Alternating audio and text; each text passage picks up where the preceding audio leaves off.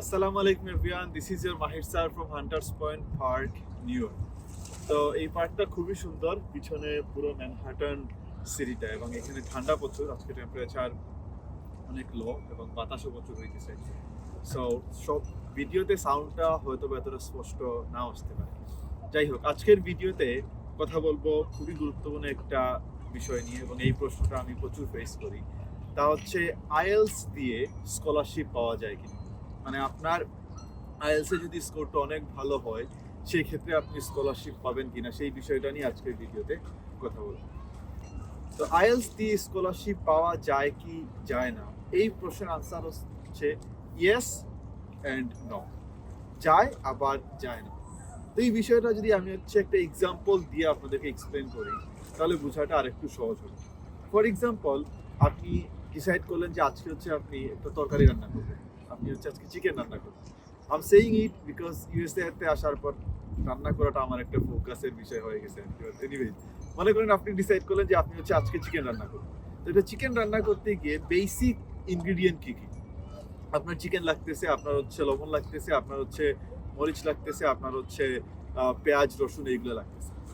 For example, আপনি সব ঠিক দিছেন কিন্তু আপনি লবণটা দেন নাই, সেই ক্ষেত্রে কি আপনার ওই চিকেনটা খাওয়া যাবে? ওই তরকারিটা কি খাওয়া যাবে?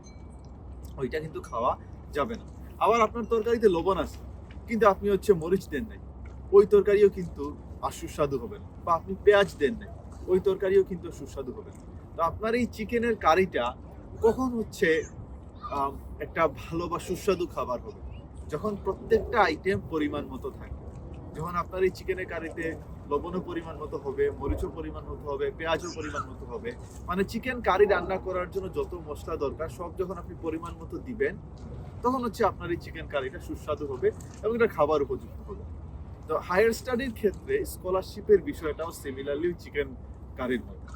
প্রত্যেকটা জিনিস যখন আপনার একটু একটু করে থাকবে, তখন আপনার পোর্টফোলিওটা একটা স্ট্যান্ডার্ড পোর্টফোলিও হয়।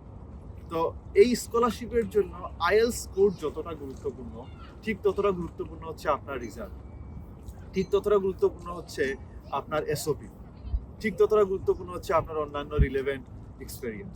ফর এক্সাম্পল, আপনার আইএলস স্কোর ব্যান্ড 8, কিন্তু আপনার সিজিপিএ 2.5 বা 2.75। এখন আপনি যে ইউনিভার্সিটি অ্যাপ্লাই করবেন তারা চাচ্ছে 3.25। তাহলে অনেক ভালো আইএলস স্কোর থাকার পরও তো আপনি স্কলারশিপ পাবেন। আবার মনে করেন আমি যে ইউনিভার্সিটি আসছি, ওই ইউনিভার্সিটির রিকোয়ারমেন্ট গ্রাজুয়েট টিচিং অ্যাসিস্ট্যান্ট হওয়ার জন্য স্পিকিংয়ে মিনিমাম 7 থাকা লাগবে। এখন আপনার সিজিপিও আছে, আইএলস স্কোরও ভালো, কিন্তু স্পিকিংয়ে আপনার 7 নাই। তার মানে আপনি জিটিএ হইতে পারবেন না।